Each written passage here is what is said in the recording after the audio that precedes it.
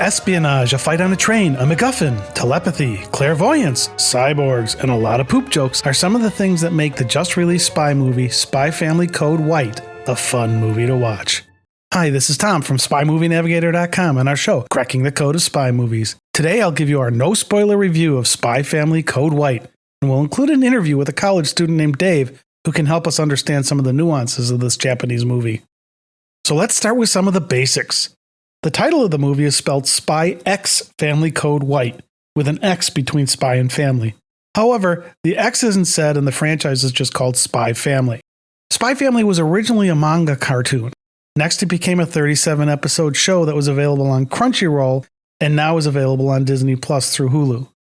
Spy Family Code White is the first movie that has come from the Spy Family franchise. Now, if you're a fan of the series, you will likely like this movie.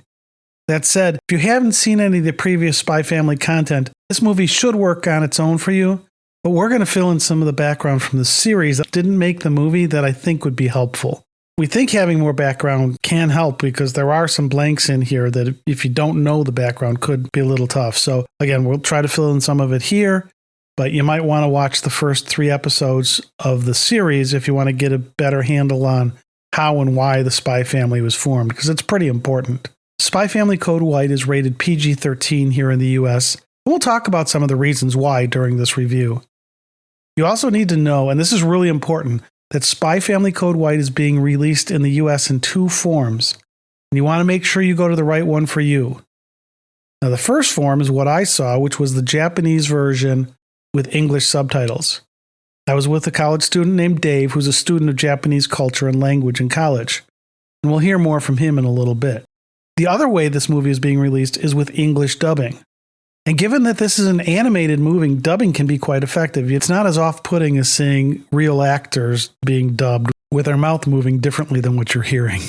Now, we think that if you're going to take an English-speaking middle school child to this movie, dubbing's the way to go. If you've got a Japanese student or a Japanese child, I would go to the Japanese version.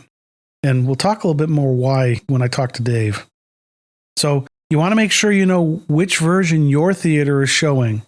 Now, some of the AMC theaters around me are showing both versions. So pay attention because you don't want to walk into the wrong one if you're expecting to see the dubbed version and then having to deal with the subtitles. The streaming version of the show on Disney Plus that I watched is dubbed. So if you do go to Disney Plus, it is the dubbed version of the show. It's not subtitles. I probably would have seen the dubbed version of the movie if I hadn't been with Dave, because I wanted to actually understand what he was hearing versus what I was reading.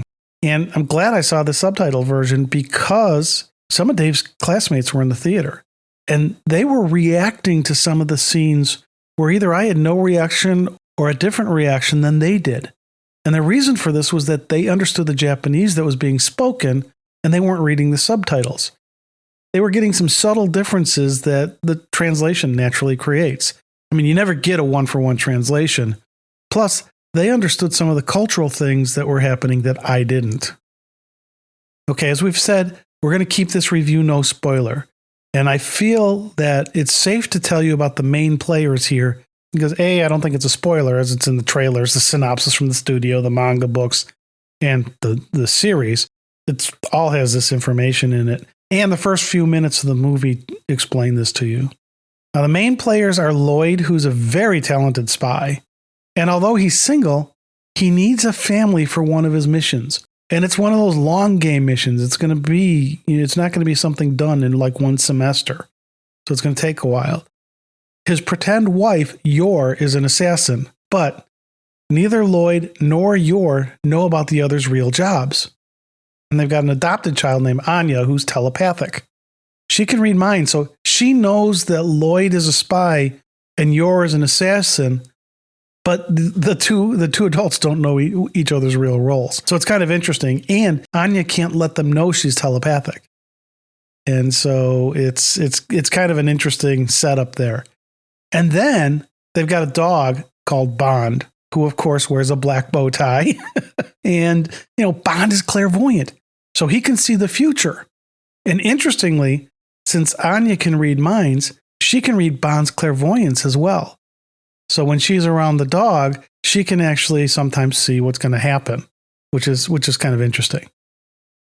As for the plot of the movie, the official website, spyfamily.com, tells us he's a spy, she's an assassin. Together, Lloyd and York keep their double lives to themselves while pretending to be the perfect family. However, their adopted daughter, Anya, a telepath, knows both of their exciting secrets, unbeknownst to them. Well, under the guise of taking his family on a weekend winter getaway, Lloyd's attempt to make progress on his current mission, Operation Strix, proves difficult when Anya mistakenly gets involved and triggers events that threaten world peace. So that's the write-up on their website. And now we know who the main players are, and they're going to go on a weekend winter getaway. Now, for those of you who are fans of the series, most of the second season of the series was about them on vacation as well. This movie is about a different vacation, but it does seem to be a trend for the franchise. Okay, so that's the basics of the movie. And one question we must ask is, for whom is Spy Family Code White targeted? Given that the PG-13 rating here in the US, it isn't for children. If you think about it, pretty much all the Bond movies are PG-13 as well. We're going to talk more about who it's targeted for when we talk to Dave. But even though there are many scenes that a young child would like, there are some more mature themes that come up. And for instance, and I'm going to use a swear word here as I do this, so fair warning. One of the things is language. Remember, I was reading the subtitles. But even when I watched the dub series, the word shit is said in a few various forms. Now, the child Anya never says the word, but it is a word that comes up a couple times in the series as well as in the movie. Two other reasons for the rating are violence and smoking, and there's also a scene where a character gets drunk. So, those are the reasons for the rating, and hopefully you can decide if Spy Family Code White is right for your child. Oh, and the movie clocks in at 1 hour and 50 minutes, which may also be a deciding factor if your child doesn't want to sit through a movie of that length. Now, this is a Japanese movie, and there are some subtleties that a non-Japanese person may miss. So to help with this, let's hear from Dave. I'm going to have him start off telling you a little bit about his background, and then we'll talk about the movie. I'm half Japanese, and I have some indirect experience with Japanese culture. And I also grew up watching a bit of Japanese TV and reading some Japanese manga. Okay, and when you say you have indirect experience, you've got the your grandmother came over from Japan, correct? Yes. Okay, all right. So, and she's taught you a lot about what's going on in the culture and Japanese cooking and stuff like that too, to kind of indoctrinate you a bit there, right? Yeah. And part of your Japanese TV and reading of manga has been the Spy Family stuff? Yes. Yeah, over the pandemic, I read a lot of the Spy Family novels and just mangas. Okay, cool. All right, so the movie is based off the mangas, which are the cartoon books, correct? Yeah. The anime series is also based off the manga series. Okay. Now, I wanted to bring you into this because I don't have any Japanese cultural background at all. I've been to Japan, but I don't really know the cultural stuff. And I know that you do. So if you can help us over some of these hurdles of what I just watched, I really would appreciate it. Yeah, I wouldn't say I'm exactly an expert, but I do have a Japanese background, and I am familiar with anime and manga. All right, cool. Now, before we get into the nitty-gritty on this, at a high level, what did you think of the movie? I thought it was really good. Okay, why do you think that? I just thought it was just really heartwarming and just funny. Okay. Now, you and I might differ on this one. There's a 40-year age gap between the two of us. So this movie was rated PG-13. What age do you think this movie was targeted for? Probably like middle schoolers, or high schoolers. Okay. And I would think a little older in my mind, the top end of the middle school and into high school. And we'll talk about why. And I think some of it is culture. I mean, there is the use of the word shit. And fortunately, the kid in the movie says poop. But we do hear that word a couple times. And I don't know if it's because I saw the version that was in Japanese with English subtitles, if the dub version includes it. I know it does appear in the anime series as well. So would that be a fairly common strength of a word used in anime movies? Yeah, and it's an anime, an animated cartoon, so it's just kind of meant to be it's not meant to be taken that seriously. Okay. And it's really just meant to be more taken lightheartedly. Like Okay. even like with most of the terms like they use. Okay. All right. Now, remember, David, that we don't want to include spoilers in this podcast episode, but we have to talk a little bit about the scene that blew my mind.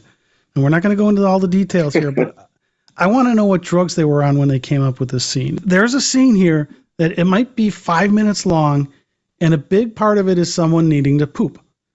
And to me, they dragged it on too long. And there's some others. I mean, and there's a part of it that just totally my mind exploded when I saw it. I mean, what were your thoughts on this scene? I think it's just like kind of just differing sense of humor. Oh, it's different between the Japanese culture and the American culture when it comes to that type of humor? And I also I guess just for the audience Okay. and just like for like what people here in America find funny or weird. But I mean, it also does borderline on like weird and funny too in Japan. So Okay. All right. I mean, even at one point in this movie, we even see a deity who was obviously in this thing for humor, and that one also blew my mind. Do religious characters play much of a part in these movies? Yeah, religious characters they make a lot of Shinto references a lot in anime a lot. Okay. So that wasn't as out of context for an anime as it would have been for like a regular normal Disney movie or something. Okay. Yeah.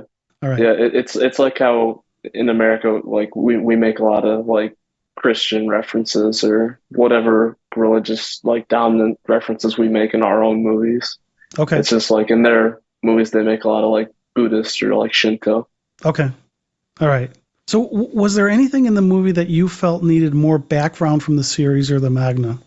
Yeah, there was the thing about the peanuts and and some of the other mediums we see that Anya really likes peanuts.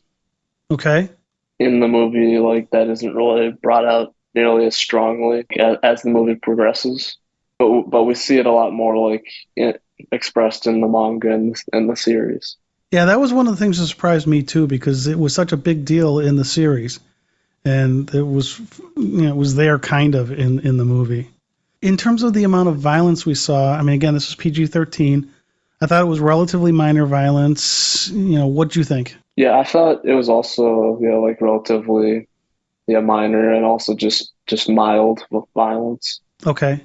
I mean, there's fighting and shooting and stuff, but you don't see a ton of gore or anything. Yeah, no. Yeah, there's almost little to no gore, and it was more just like people passing out from from what it looked like, or just people having just like minor bleeding, like from their head. Okay. Or just other injuries. Okay. Right, and there was no sex in this thing at all, so again, that'll help keep its PG-13 rating. Now, there was something about kissing, but I'm not going to go into it. It's a non-issue. Just trust me on that. Yeah. Right. All right. Now, another thing that you mentioned to me is that this is really a Cold War type movie, and the setting is the Cold War. So it's kind of a mix between like Cold War and almost kind of World War II. Okay, so in that sense. So what are some things you see in the movie that are kind of interesting when you think about it today, but would have been correct back in the day? For instance, and Lloyd has that watch on, which is also a camera. Yeah. But yet he has a line that he also has to go to like develop like the pictures, or and you wouldn't have to develop them today. Yeah, absolutely. It'd all be digital. So there's just different time period difference. Yep, absolutely. Compared to today. Yep. Now the movie is called Spy Family. And what about the family life that they try to show? I mean, remember, this is a pretend family. It was put together for a mission. Now, the kid doesn't necessarily know they're pretend. Well, maybe she does because she can read their minds. But there's a lot in terms of the wife's view of what a wife should be, and she doesn't think she's measuring up to that. And that's throughout the whole series, not just the movie. Is that a fairly common Japanese trait, or is it because of the timing of when during the Cold War or whatever this movie appears?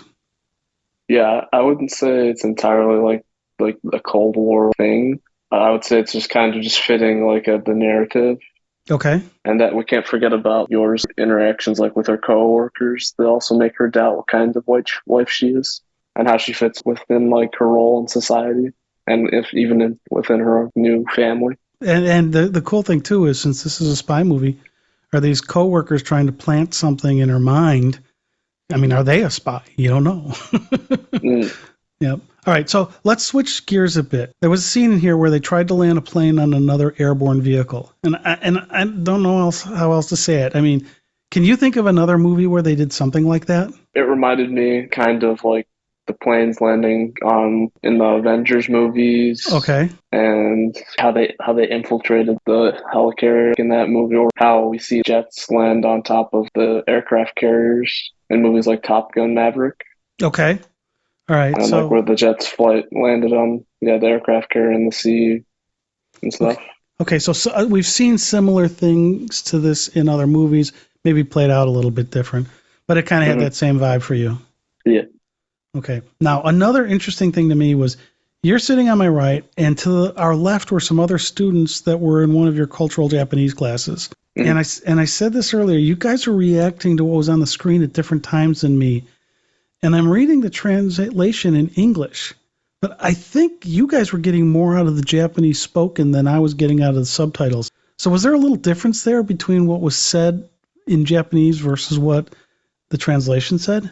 Uh, yeah, I would say there's kind of definitely some differences because they translate it the best that they can. The Japanese to English translators can, so that you can, as an English speaker, the English speaking audience can best understand it for Oh, like in the English context. okay.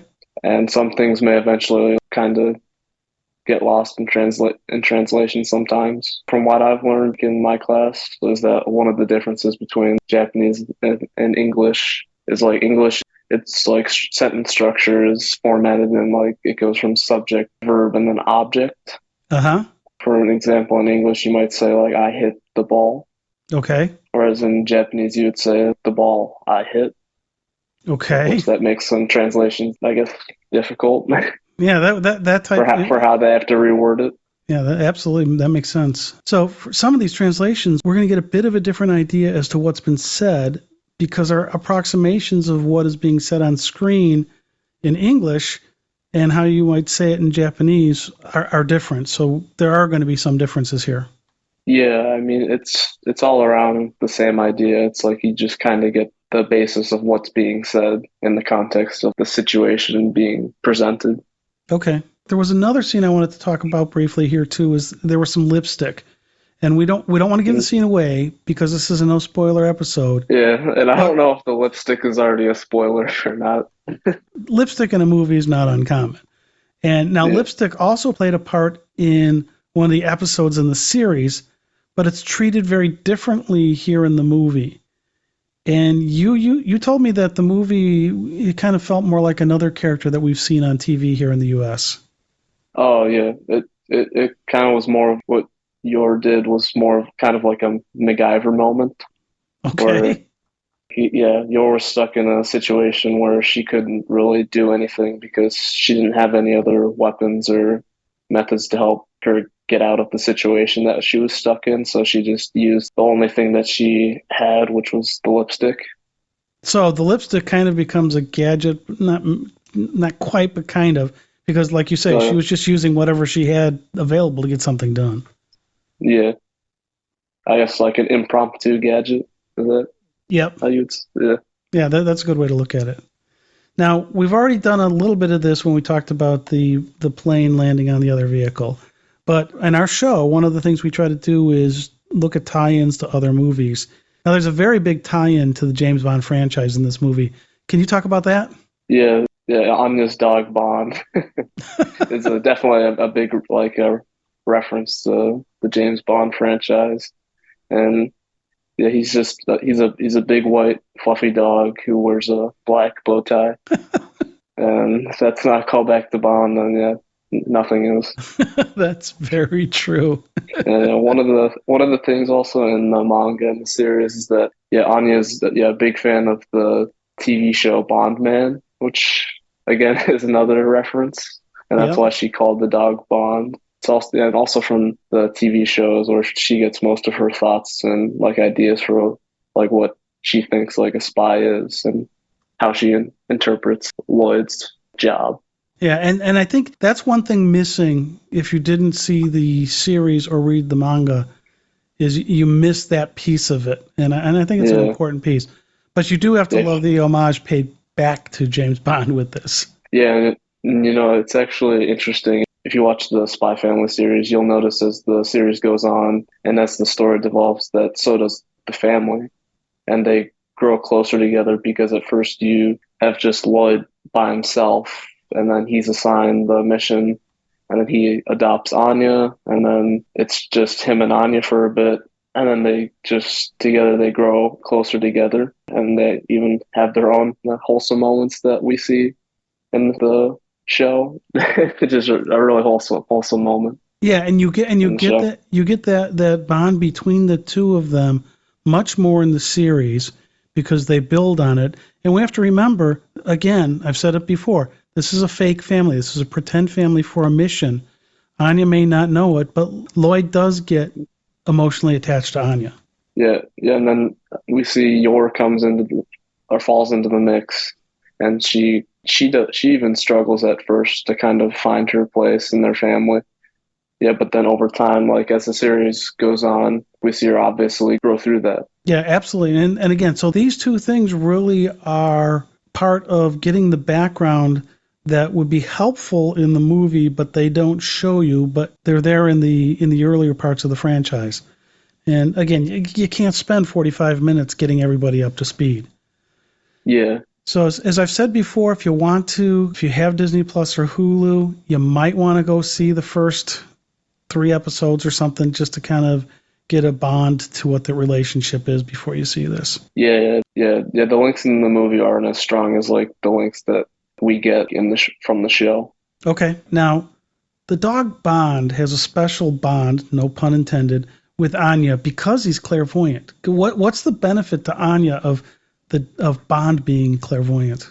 Yeah, it's funny how this comes into play, and like this comes out much stronger in the series, and like Bond was trained for a mission, and he's clairvoyant, and like have to remember that Anya can like read his mind too. So like whatever he's thinking for in the future, Anya can also see for like the future's supposed to be, which is kind of interesting, right? Yeah, absolutely. I mean, he can think it, and she can read what he's thinking. She can read the animals as well as humans. Kind of crazy. Yeah, and there's another scene in the movie that I really liked, and it ties back to like you and Dan talk about tying back to other spy movies, which is there's a train scene, as you guys have said, and you can't have a movie without a train scene or a Yeah, spy movie without a train scene.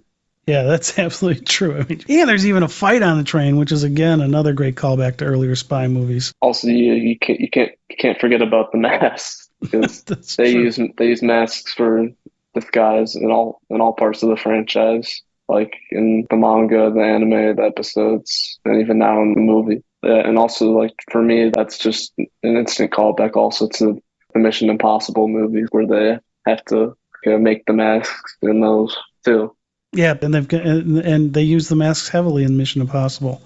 But Yeah, unlike Mission Impossible, these masks seem to be created almost instantly. I mean, I kept thinking, where did he get that mask? It's just all of a sudden it's there. yeah. For an anime movie, I didn't really think that, but like it didn't really particularly matter because you got just I guess the basic idea that he was just changing masks, and I mean in an anime it's not meant to be like real life or like a cartoon. It's kind of just meant to just be creative and imaginative. Yeah, that's true. Now there's another character in this movie that was creative and imaginative, and that there was this kind of cyborg kind of guy. Yeah.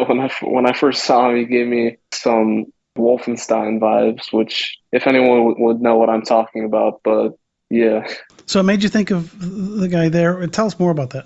Wolfenstein, it's a video game. It's like a German like a type game, Okay, well that's cool. So you got a tie in there. like I in didn't. Germany. Yeah, I didn't get that one because I never knew anything Yeah. about Wolfenstein. So that's interesting. All right, so let's go ahead and wrap this up. Did you like the movie and you think it's targeted at middle schoolers? Now, you're in college now, so that's your age group. And again, I said I'm a lot older, but I also enjoyed the movie. Yeah, and I think they probably would like it more too, more than we did, even though we liked it. When you say them, the middle schoolers. Yeah, the middle Yeah. schoolers. Yeah, okay. Yeah, depending on the age group. Okay.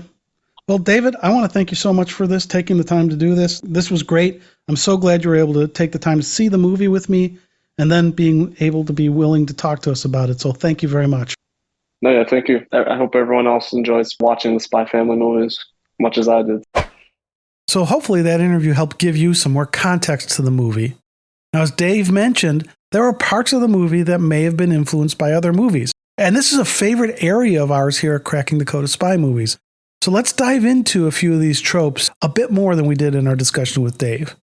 Now, Dave mentioned the use of masks and how it had a feel of Mission Impossible.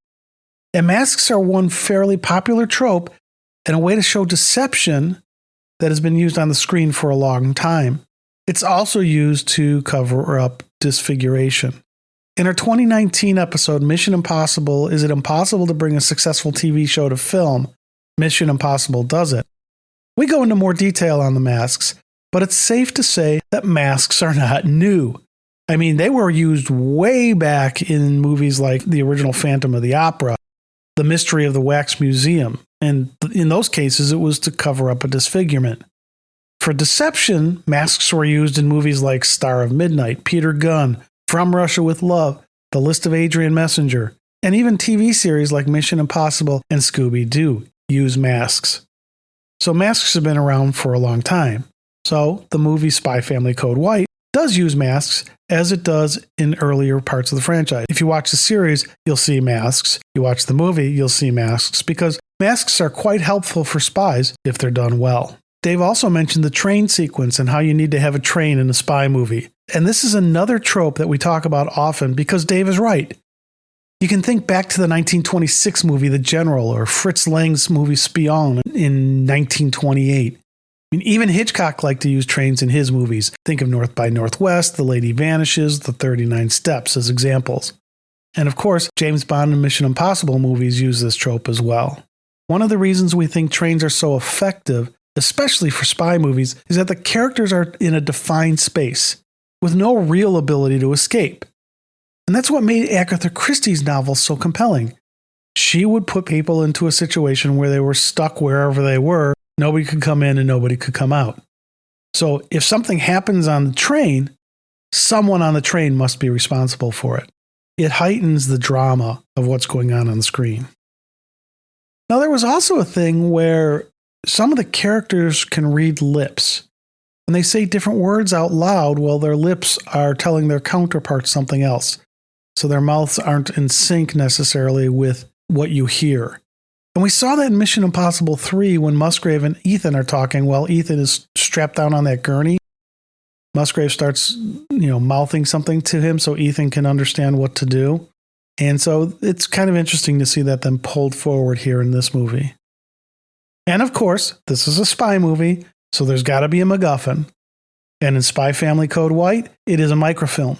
We're not going to say more about how this MacGuffin is used in Spy Family, but as usual, the MacGuffin gives the character something they must get before the other side gets it. And it adds tension and a reason for the story. So should you go see Spy Family Code White? Did we like it? Should you take your kid if you've got kids? Well, we liked it, but to be honest, we liked the series better up to this point. And maybe it's because there's 14 hours worth of content in the series, so they could get deeper into things. In terms of our favorite spy movies for kids, we'd rank the Spy Kids series and Spies in Disguise ahead of this movie. But this isn't a bad movie. And if you're looking for a spy movie to take your kid to in a theater, Spy Family Code White meets that desire very nicely. It would be a nice, as Anya says, ooting. Now, the ending of the movie alludes to the fact that there might be a second Spy Family movie, so stay tuned. And that's a wrap. This has been Tom of SpyMovieNavigator.com and our show, Cracking the Code of Spy Movies. Do us a favor and subscribe to our podcast show. That way you can be in the know and we'll reach more people. Thanks for listening. We truly appreciate it.